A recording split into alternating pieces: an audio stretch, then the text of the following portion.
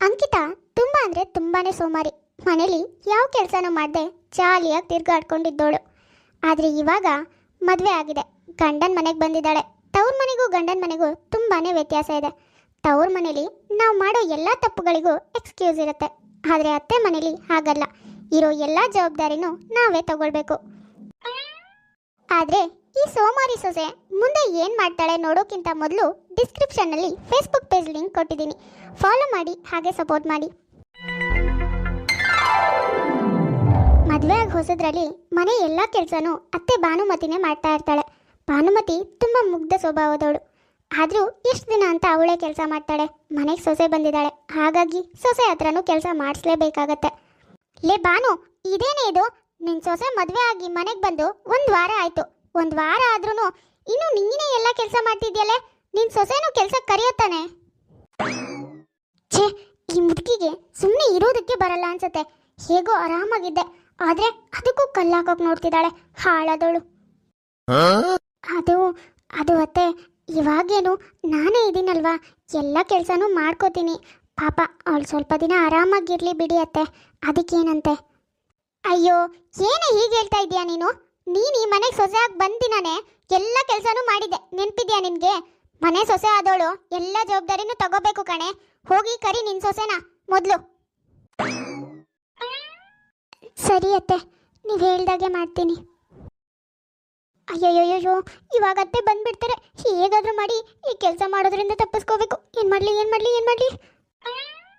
ಅಯ್ಯಯ್ಯೋ, ಇದೇನಮ್ಮ ಅಂಕಿತಾ, ತಲೆಗೆ ಬಟ್ಟೆ ಹಾಕೊಂಡು ಮಲ್ಕೊಂಡಿದ್ಯಾ? ಏನಾಯ್ತು? ಅದು ಅತ್ತೆ, ಯಾಕೋ ತುಂಬ ತಲೆ ನೋಯ್ತಾ ಇದೆ ಅತ್ತೆ. ಕಣ್ಣು ಬಿಡೋದಕ್ಕೂ ಆಗ್ತಿಲ್ಲ ನನಗೆ. ತಲೆ ಎಲ್ಲ ಸಿಡ್ದು ಹೋಗ್ತಾ ಇದೆ ಅತ್ತೆ. ಏನು ಮಾಡಬೇಕು ಅಂತಲೇ ಗೊತ್ತಾಗ್ತಿಲ್ಲ. ಅಯ್ಯಯ್ಯೋ, ಹೌದೇನಮ್ಮ, ಇರು, ನಾನು ಹೋಗಿ ಕಷಾಯ ಏನಾದರೂ ಮಾಡ್ಕೊಂಡು ಬರ್ತೀನಿ. ಸ್ವಲ್ಪ ಹೊತ್ತಿಗೆ ಸರಿಯಾಗತ್ತೆ, ಆಯಿತಾ? ನೀನು ಮಲ್ಕೊಂಡು ರೆಸ್ಟ್ ಮಾಡಮ್ಮ. ಅಯ್ಯ, ಇದೇನೇ ಇದು? ನಿನ್ನ ಸೊಸೆನ ಕರ್ಕೊಂಡು ಬರ್ತೀನಿ ಅಂತ ಹೋದೆ, ಆದರೆ ಇವಾಗ ಒಬ್ಬಳೇ ಬರ್ತಿದ್ಯಾ? ಎಲ್ಲೋದ್ಲೆ ನಿನ್ನ ಸೊಸೆ? ಅದು ಅತ್ತೆ, ಅಂಕಿತನಿಗೆ ಯಾಕೋ ತುಂಬ ತಲೆನೋಯ್ತಾ ಇದೆಯಂತೆ. ಅದಕ್ಕೆ ಸ್ವಲ್ಪ ಹೊತ್ತು ರೆಸ್ಟ್ ಮಾಡು, ಮಲಗಿದ್ರೆ ಸರಿ ಹೋಗುತ್ತೆ ಅಂತ ನಾನೇ ಹೇಳಿ ಬಂದೆ. ಅವಳು ಹುಷಾರಾದ್ಮೇಲೆ ಎಲ್ಲ ಕೆಲಸನೂ ಮಾಡ್ತಾಳೆ ಬಿಡಿಯತ್ತೆ. ಅರೆ, ತಲೆನೋವಾ? ಇವಾಗ ತಾನೇ ಅದಕ್ಕೆ ಚೆನ್ನಾಗೇ ಇದ್ರು, ನನ್ನ ಎದುರಿಗೆ ಹೋಗಿದ್ದಾರೆ. ಆದರೆ ಇಷ್ಟು ಬೇಗ ತಲೆನೋವು ಶುರುವಾಯ್ತಾ? ಏನು ಗೊತ್ತಾಗ್ತಾ ಇಲ್ವಲ್ಲ. ಅಯ್ಯಪ್ಪ, ಹೇಗೋ ಕೆಲಸ ಮಾಡೋದ್ರಿಂದ ತಪ್ಪಿಸ್ಕೊಂಡ್ಬಿಟ್ಟೆ. ಇಲ್ಲ ಅಂದಿದ್ರೆ ಎಲ್ಲ ಕೆಲಸನೂ ನಾನೇ ಮಾಡಬೇಕಿತ್ತು ಇವತ್ತು. ಯಪ್ಪ, ಈ ಮುದುಕಿಯಿಂದ ನಾನೊಂದು ನೆಮ್ಮದಿಯಾಗಿರೋ ಹಾಗಿಲ್ಲ ಇವಾಗ. ಅಂಕಿತಾ ಮನೆ ಎಲ್ಲ ಕೆಲಸನೂ ತಾನೇ ಮಾಡಬೇಕಾಗತ್ತೆ ಅಂತ ಮನೇಲಿ ಅತ್ತೆ ಎದುರಿಗೆ ನಾಟಕ ಮಾಡ್ತಾಳೆ. ಪಾಪ ಭಾನುಮತಿ ಮಗು ಮನಸ್ಸಿನವಳು. ಅಂಕಿತನಿಗೆ ನಿಜವಾಗ್ಲೂ ಹುಷಾರಿಲ್ಲ ಅಂದ್ಕೊಂಡು ಮನೆ ಎಲ್ಲ ಕೆಲಸನೂ ತಾನೇ ಮಾಡ್ತಾಳೆ. ಹೀಗೆ ಒಂದು ಸ್ವಲ್ಪ ದಿನ ಕಳೆಯುತ್ತೆ. ಲೇ ಭಾನು, ಇವತ್ತಾದ್ರೂ ನಿನ್ನ ಸೊಸೆ ಹತ್ರ ಅಡುಗೆ ಮಾಡ್ಸೆ. ಮನೆಗೆ ಬಂದು 1 ತಿಂಗಳಾದ್ರೂ ಕೂಡ ಇನ್ನೂ ಅದು ನೋವು ಇದು ನೋವು ಅಂತ ದಿನ ಕಳೀತಾ ಇದ್ದಾಳೆ. ಹೀಗೆ ಆದರೆ ಯಾವಾಗಲೇ ನಾವು ಅವಳ ಕೈ ರುಚಿ ತಿನ್ನೋದು? ಅಯ್ಯಯ್ಯೋ, ಈ ಮುದುಕಿಯಿಂದ ನನಗಂತೂ ಜಾಲಿಯಾಗಿರೋದಕ್ಕೆ ಆಗ್ತಾನೇ ಇಲ್ಲ. ಯಾವಾಗಲೂ ಏನಾದರೂ ಒಂದು ನಾಟಕ ಮಾಡ್ತಾನೆ ಇರಬೇಕು. ಇವಾಗ ಏನಾದರೂ ಮಾಡಿಲ್ಲ ಅಂದರೆ ಇವತ್ತು ನಾನೇ ಅಡುಗೆ ಮಾಡಬೇಕಾಗುತ್ತೆ. ಈ ಮುದುಕಿ ಪಟ್ಟು ಹಿಡಿದು ಕೂತಾಗಿದೆ. ಅಯ್ಯಯ್ಯಮ್ಮ, ನನ್ನ ಸೊಂಟ ಅಯ್ಯಯ್ಯೋ ಮುರ್ದೆ ಹೋಯ್ತು ಅತ್ತೆ. ಅಂಕಿತಾ, ಇದೇನಮ್ಮ ಮಾಡ್ಕೊಂಡೆ? ಅಯ್ಯಯ್ಯೋ, ಅದು ಅತ್ತೆ, ಅಡುಗೆ ಮಾಡೋಣ ಅಂತ ಬರ್ತಾ ಇದ್ದೆ ಅತ್ತೆ, ಅಷ್ಟರಲ್ಲಿ ಕಾಲು ಜಾರಿ ಬಿದ್ದೇ ಬಿಟ್ಟೆ. ಸೊಂಟ ಎಲ್ಲ ಮುರಿದು ನುಚ್ಚು ನೂರಾಯ್ತು ಅನ್ಸುತ್ತೆ ಅತ್ತೆ.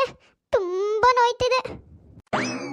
ಅಯ್ಯ, ಈ ಹುಡುಗಿಗೆ ಯಾವಾಗಲೂ ಏನಾದರೂ ಒಂದು ಹುಡುಕ್ತಾನೇ ಇರುತ್ತೆ ಅನ್ಸುತ್ತೆ. ಅಯ್ಯೋ, ಅಡುಗೆ ನಾನೇ ಮಾಡ್ತಿದ್ನಲ್ಲಮ್ಮ, ಯಾಕೆ ನೀನು ಬರೋಕ್ಕೆ ಹೋದೆ? ನೋಡು ಎಷ್ಟು ಪೆಟ್ಟು ಮಾಡ್ಕೊಂಡೆ ಅಂತ. ಸರಿ, ನಿಧಾನ ಬಾ, ನೀನು ಸ್ವಲ್ಪ ರೆಸ್ಟ್ ಮಾಡು. ಅಬ್ಬಾ, ಅಂತೂ ಇವತ್ತಿನ ಕೆಲಸದಿಂದ ತಪ್ಪಿಸ್ಕೊಂಡೆ. ಈ ಸೊಂಟ ನೋವಿನ ಹೆಡೆ ಹಿಡ್ಕೊಂಡು ಇನ್ನೊಂದು ವಾರ ಏನು ಕೆಲಸ ಮಾಡೋದಿರಲ್ಲ. ಅಂಕಿತಾ ದಿನಾಲು ಹೀಗೆ ಯಾವುದಾದ್ರೂ ಒಂದು ನಾಟಕ ಮಾಡಿ ಮಾಡೋ ಕೆಲಸದಿಂದ ತಪ್ಪಿಸ್ಕೊಂಡು ಆರಾಮಾಗಿ ಜಾಲಿಯಾಗಿ ತಿಂದು ಉಂಡು ನಿದ್ದೆ ಮಾಡಿ ಮನೇಲಿರ್ತಾಳೆ. ಅರೆ, ಇದೇನಮ್ಮ ಇದು? ನೀನು ಅಡುಗೆ ಮಾಡ್ತಿದ್ಯಾ? ಬೆಳಗ್ಗೆನೇ ಹೇಳ್ತಾ ಇದ್ದೆ ನನಗೆ ಯಾಕೋ ತುಂಬ ಸುಸ್ತಾಗ್ತಿದೆ, ಅಡುಗೆ ಮಾಡೋಕ್ಕಾಗ್ತಿಲ್ಲ ಅಂತ. ಮತ್ತೆ ಯಾಕೆ ನೀನೇ ಮಾಡ್ತಿದ್ಯಾ? ಅದಕ್ಕೆ ಇದ್ರಲ್ವಾ, ಅವ್ರ ಹತ್ರ ಹೇಳಿದರೆ ಇವತ್ತು ಒಂದಿನ ಅಡುಗೆ ಮಾಡ್ತಿದ್ರು ತಾನೇ. ಅಯ್ಯೋ, ಇಲ್ವೇ ದೀಪು, ನಾನು ಹಾಗೆ ಅನ್ಕೊಂಡಿದ್ದೆ. ಆದರೆ ಅವಳು ಮೆಟ್ಲಿಂದ ಬಿದ್ದು ಕಾಲು ಪೆಟ್ಟು ಮಾಡ್ಕೊಂಡ್ಬಿಟ್ಲು ಕಣೆ. ಹಾಗಾಗಿ ಹೋಗ್ಲಿ ಅಂತ ನಾನೇ ಮಾಡ್ತಾ ಇದ್ದೀನಿ. ಓ ಹೌದಾ, ಸರಿ, ನಾನೇ ಅಡುಗೆ ಮಾಡ್ತೀನಿ, ನೀನು ಹೋಗಿ ರೆಸ್ಟ್ ಮಾಡು. ನೀನು ಬೆಳಗ್ಗೆಯಿಂದ ಕೆಲಸ ಮಾಡಿ ಸುಸ್ತಾಗಿರ್ತೀಯ. ಹೋಗಮ್ಮ, ನಾನು ಇದೆಲ್ಲ ನೋಡ್ಕೋತೀನಿ. ಅಲ್ಲ, ಇದೇನಿದು? ಏನಾದರೂ ಒಂದು ಕೆಲಸ ಹೇಳಿದಾಗೆಲ್ಲ ಇವ್ರಿಗೇನಾದರೂ ಒಂದು ರೋಗ ಬರುತ್ತಲ್ಲ. ಅದಕ್ಕೆ ಬೇಕು ಬೇಕು ಅಂತಲೇ ನಾಟಕ ಮಾಡ್ತಿದ್ದಾರೋ ಅಥವಾ ನಿಜವಾಗ್ಲೂ ಏನಾದರೂ ರೋಗ ಇದೆಯಾ ಇವರಿಗೆ? ನಮ್ಮ ಮನೆಗೆ ಬಂದಾಗಿಂದನೂ ಕಾಲು ನೋವು, ಕೈ ನೋವು, ತಲೆನೋವು ಅಂತ ಏನಾದರೂ ಒಂದು ನೆಪ ಹೇಳ್ತಾನೆ ಇದ್ದಾರೆ. ನನಗೆ ಯಾಕೋ ಡೌಟು, ಇವ್ರು ಬೇಕು ಬೇಕು ಅಂತಲೇ ಕೆಲಸದಿಂದ ತಪ್ಪಿಸ್ಕೊಳ್ಳೋದಕ್ಕೆ ಹೀಗೆಲ್ಲ ಮಾಡ್ತಿದಾರ ಅಂತ. ಅಂಕಿತಾ ದಿನ ಒಂದೊಂದು ಕಾರಣ ಕೊಡೋದು ನೋಡಿ ದೀಪುಗೆ ಅದಕ್ಕೆ ಮೇಲೆ ಸ್ವಲ್ಪ ಡೌಟ್ ಬರುತ್ತೆ, ನಾಟಕ ಮಾಡ್ತಿದ್ದಾಳೇನೋ ಅಂತ. ಏನಮ್ಮ ದೀಪು, ನೀನು ಅಂಕಿತನ ನಾದ್ನೆ ತಾನೇ? ಹಾಂ ಹೌದು ಆಂಟಿ, ಆದರೆ ನೀವ್ಯಾರು ಅಂತ ಗೊತ್ತಾಗಿಲ್ಲ ನನಗೆ. ನೀವು ಯಾರು ಹೇಳಿ? ನಾನು ಅಂಕಿತನ ಚಿಕ್ಕಮ್ಮ ಕಣಮ್ಮ. ಅಂಕಿತಾ ಹೇಗಿದ್ದಾಳೆ? ಇವಾಗಾದರೂ ಮನೆ ಎಲ್ಲ ಕೆಲಸ ಮಾಡ್ತಾಳಾ ಹೇಗೆ? ಇದ್ಯಾಕೆ ಆಂಟಿ ಹೀಗೆ ಕೇಳ್ತಾ ಇದ್ದೀರಾ? ನನಗೆ ಯಾಕೆ ಕೇಳ್ತಾ ಇದ್ದೀರಾ ಅಂತ ಅರ್ಥ ಆಗಿಲ್ಲ. ಅಯ್ಯೋ ಅದೇನಿಲ್ಲಮ್ಮ, ನಿನ್ನ ಅತ್ತಿಗೆ ಇದ್ದಾಳಲ್ಲ, ಅವಳು ಶುದ್ಧ ಸೋಮಾರಿ, ಒಂದು ಕೆಲಸನೂ ಮಾಡಲ್ಲ ನೋಡು. ಯಾವಾಗಲೂ ಏನಾದರೂ ಒಂದು ನೆಪ ಹೇಳಿ ಜಾಲಿಯಾಗಿರ್ತಾಳೆ ಬಿಟ್ಟು ಬೇರೇನೂ ಕೆಲಸ ಮಾಡಲ್ಲ. ಇವಾಗಲಾದರೂ ಸೋಮಾರಿತನ ಎಲ್ಲ ಬಿಟ್ಟು ನಿಮ್ಮ ಮನೆಯಲ್ಲಿ ಕೆಲಸ ಮಾಡ್ತಿದ್ದಾಳ ಕೇಳಿದೆ ಅಷ್ಟೇ. ಮೊನ್ನೆ ಬಂದಾಗ ಅವಳೇ ಹೇಳ್ತಾ ಇದ್ಲು, ಇವಾಗೆಲ್ಲ ಅವಾಗಿನ ಹಾಗಿಲ್ಲ ಚಿಕ್ಕಿ, ಎಲ್ಲ ಕೆಲಸನೂ ನಾನೇ ಮಾಡ್ತೀನಿ ಅಂತ. ನನಗಂತೂ ಕೇಳಿಸ್ಕೊಂಡೆ ತುಂಬ ಖುಷಿ ಆಯಿತು. ನೀನು ಅದನ್ನೇ ಹೇಳ್ತೀಯ ಬಿಡು, ಆದರೂ ಒಂದ್ಸರಿ ಕೇಳಿದೆ ಅಷ್ಟೆ.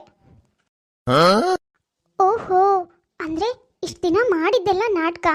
ಕೆಲಸ ಮಾಡೋದು ಯಾರು ಅಂತ ನಮ್ಮೆದ್ರಿಗೆ ಹುಷಾರಿಲ್ಲ ಅಂತ ನಾಟಕ ಮಾಡಿದ್ದಾರೆ. ಅದಕ್ಕೆ ಇದನ್ನು ಮೊದಲು ಅಮ್ಮಂಗೆ ಹೇಳಬೇಕು. ಅದು ಅಲ್ಲದೆ ತವ್ರ ಮನೆಗೆ ಹೋಗಿ ಎಲ್ಲ ಕೆಲಸನೂ ನಾನೇ ಮಾಡ್ತೀನಿ ಅಂತ ಸುಳ್ಳು ಹೇಳಿದ್ದಾರೆ. ಇವತ್ತಿದ್ದಾವೆ, ಅವ್ರಿಗೆ ಇವತ್ತೇ ಬುದ್ಧಿ ಕಲಿಸ್ಬೇಕು. ದೀಪುಗೆ ಅದಕ್ಕೆ ಬಗ್ಗೆ ಎಲ್ಲ ವಿಷಯನೂ ಗೊತ್ತಾದ್ಮೇಲೆ ಅವಳು ಮೊದಲು ಬಂದು ತನ್ನ ತಾಯಿ ಹತ್ರ ಅದಕ್ಕೆ ಬಗ್ಗೆ ಎಲ್ಲನೂ ಹೇಳ್ತಾಳೆ. ಏನು ಏನೇ ಹೇಳ್ತಿದ್ಯಾ? ಅಂಕಿತಾ ಇಷ್ಟು ದಿನ ಆಡಿರೋದೆಲ್ಲ ನಾಟಕನ? ಕೆಲ್ಸಕ್ಕೆ ತಪ್ಪಿಸ್ಕೊಳ್ಳೋಕ್ಕೋಸ್ಕರ ನನಗೆ ಹುಷಾರಿಲ್ಲ ಅಂತ ಹೇಳಿದ್ಲಾ? ಹೌದಮ್ಮ, ನನಗೂ ಅವ್ರ ಮೇಲೆ ಮೊದಲಿಂದಾನೂ ಅನುಮಾನ ಇತ್ತು. ಇವತ್ತು ಅವ್ರ ಚಿಕ್ಕಮ್ಮ ಸಿಕ್ಕಿದ್ರು, ಎಲ್ಲನೂ ಕ್ಲಿಯರ್ ಆಯಿತು. ಓಹೋ, ಕೆಲಸದಿಂದ ತಪ್ಪಿಸ್ಕೊಳ್ಳೋಕೆ ಇಷ್ಟೆಲ್ಲ ನಾಟಕ ಆಡ್ತಿದ್ದಾಳಾ? ಇರು, ಇವತ್ತು ಇವಳು ಗ್ರಾಚಾರ ಬಿಡಿಸ್ಬಿಡ್ತೀನಿ. ಇನ್ಯಾವುದೂ ನನ್ನ ಹತ್ರ ಸುಳ್ಳೇ ಹೇಳಬಾರ್ದು. ಅಂಕಿತಾ, ಅಂಕಿತಾ, ಸ್ವಲ್ಪ ಬಾರಮ್ಮ ಇಲ್ಲಿ. ಹಾತೆ, ಯಾಕೆ ಕರೆದಿದ್ದು? ಏನು ಹೇಳಿ? ಅದೇನಿಲ್ಲಮ್ಮ, ನಾನು ದೀಪು ಹೊರಗಡೆ ಹೋಗಬೇಕು, ಒಂದು ಸ್ವಲ್ಪ ಕೆಲಸ ಇದೆ, ಹೋಗಿ ಬರ್ತೀವಿ. ನೀನು ಇಲ್ಲಿರೋ ಬಟ್ಟೆ ಎಲ್ಲ ತೊಳೆದ್ಬಿಡು ಆಯ್ತಾ?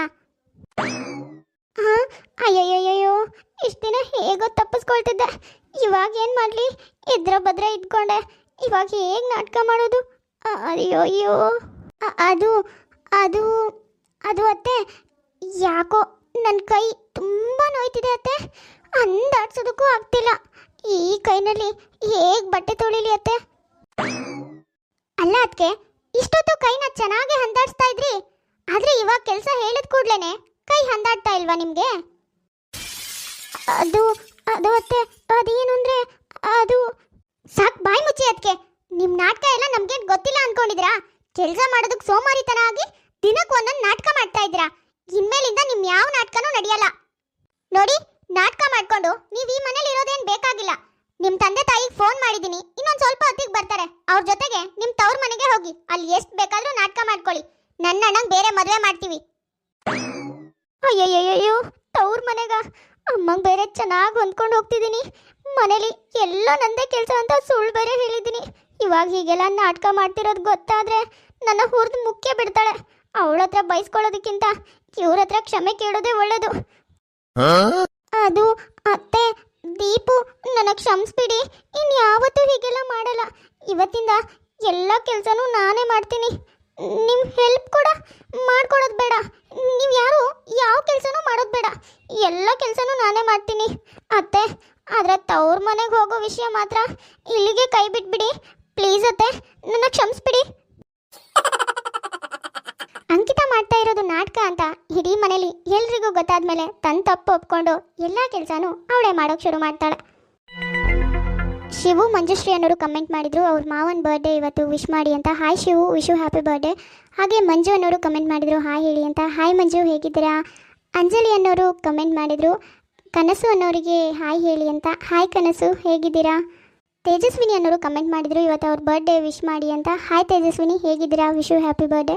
ಹಾಗೆ ಅನಿತಾ ಅನ್ನೋರು ಕಮೆಂಟ್ ಮಾಡಿದರು ಇವತ್ತು ಬರ್ಡೇ ವಿಶ್ ಮಾಡಿ ಅಂತ. ಹಾಯ್ ಅನಿತಾ, ಹೇಗಿದ್ದೀರಾ? Vishu happy birthday.